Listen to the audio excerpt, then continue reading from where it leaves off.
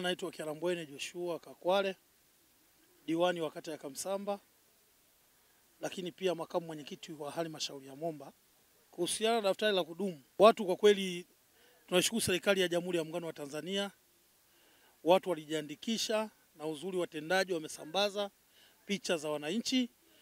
Kwa hiyo wale ambao watakuwa hawajaona majina yao au picha zao zimefifia, ndio maana serikali ya Jamhuri ya Muungano wa Tanzania, serikali sikivu, imeanza tena. Tunaendelea kuhamasisha sisi kama viongozi wa kata zetu, kama kiongozi wa halmashauri ya Momba na makamu mwenyekiti wa halmashauri, tutaendelea kuhamasisha kumung'unya maneno, wawe na sifa za kupiga kula, wakampigia Rais wa Jamhuri ya Muungano wa Tanzania Mama Samia, kwa sababu amefanya kazi kubwa sana, ametufanyia kazi kubwa sana sisi wa Tanzania na wanakata ya Kamsamba.